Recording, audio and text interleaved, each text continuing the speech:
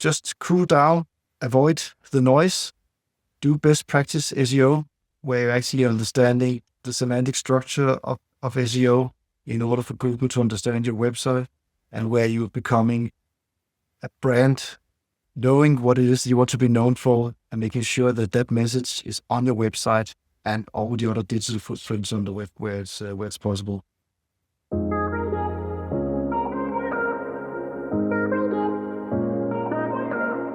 Hi, I'm Christopher Hofman Laursen, and this is SEO in 2026.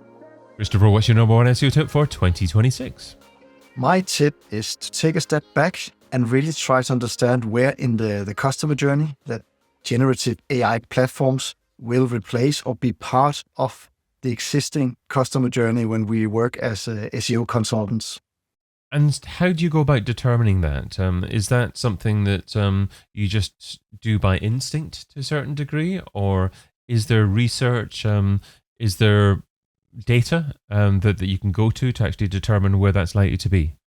Yes, I think first off, it's super important to really realize that there's so much noise in the market at the moment, because right now we're talking about geo as a new SEO discipline, trying to optimize for generative AI engines. Anybody in there, right? You see the former SEO consultants now going full blown on geo. You see the future crypto bros trying to get their foot in the door, trying to actually do a blank canvas agency competing against the established agencies. So there's a lot of noise to declutter at first.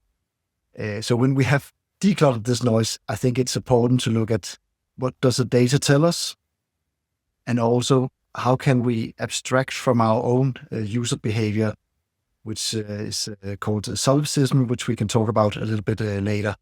So first off, try to get rid of all the noise out there and really look at the data. So the first thing is, of course, to understand, what are the generative AI platforms? Where is this original Google traffic?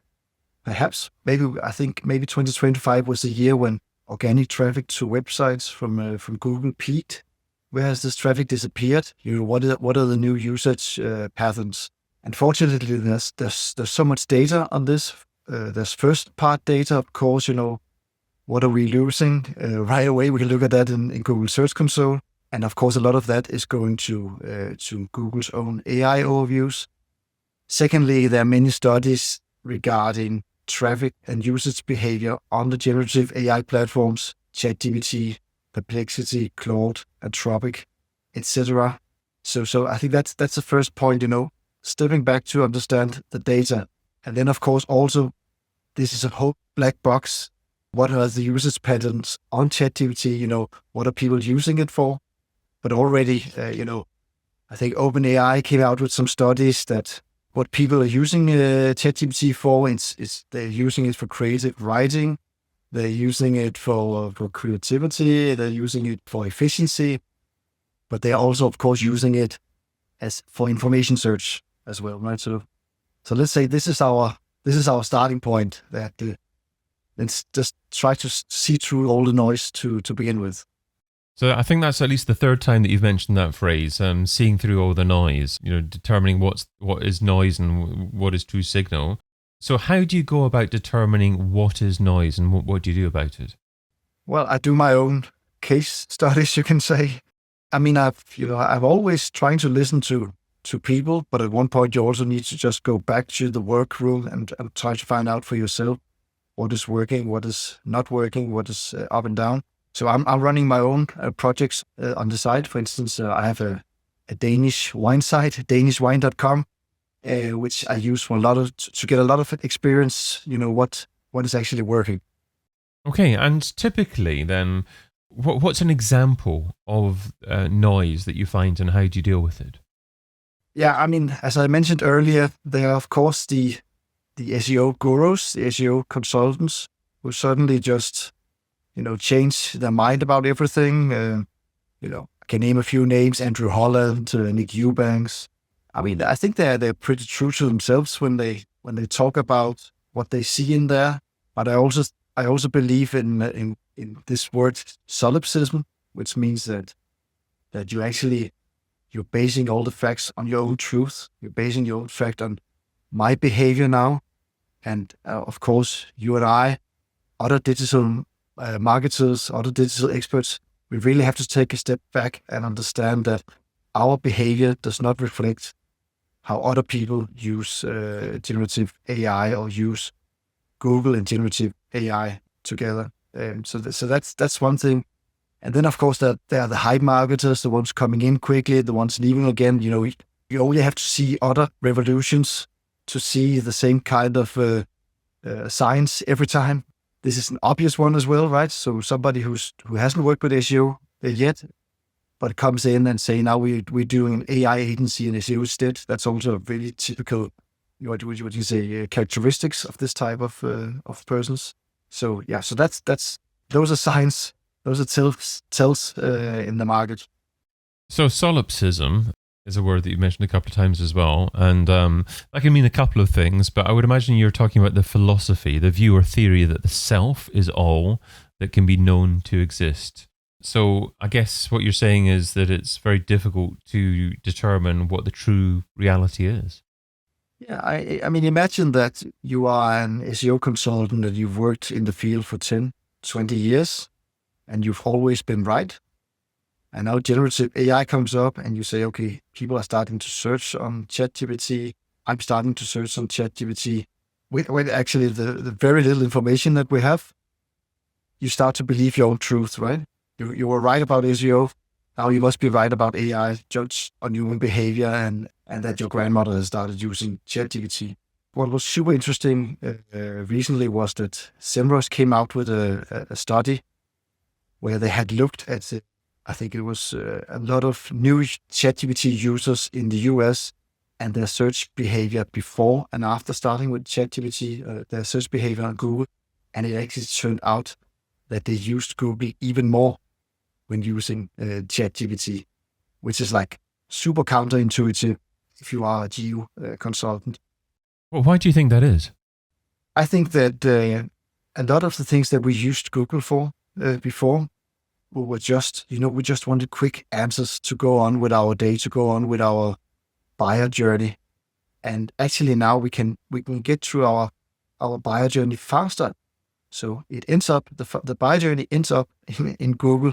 The travel you're going to buy, the local service that you're going to order, you end up in Google anyway. You're not just dropping the task that you're going to do because it was just not the best user-friendly experience you had, just going into Google and having to click websites, and you're getting away from it. When you're now using ChatGPT for some of the journey, for some of the research, then you can do your journeys faster.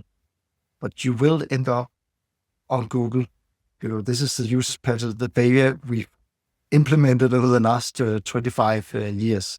So that's my belief. But again, I can be a victim of solipsism. I'm aware of that.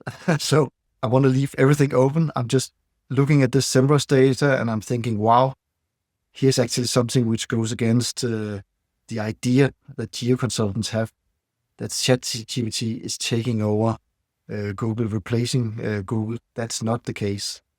Okay, but what you're essentially saying is touchpoints delivered by ChatGPT and other Gen AI will take over some of the user journey, but ChatGPT won't take over all of the user journey. Google will retain some of it, and there will be other touchpoints, and it's up to the SEO to determine what the new user journey is. Yeah, I mean, it's different for everyone. I mean, still, you have 6 billion users, 6 billion visits to ChatGPT monthly. You have 100 billion to Google. Of course, some of those visits to ChatGPT will only stay on ChatGPT. Of course, they will be able to use ChatGPT's AI agent to do the purchase.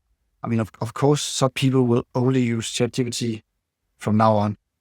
I'm just saying, in general, it will be a lot of people continuing to use Google.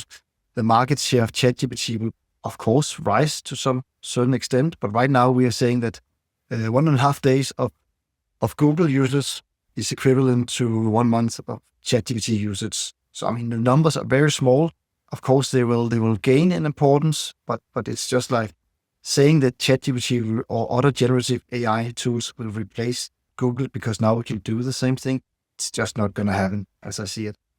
So that's an interesting perspective, because I mean I've been talking to someone that says that for their particular sector, ChatGPT brings them more traffic and more quality traffic compared with Google.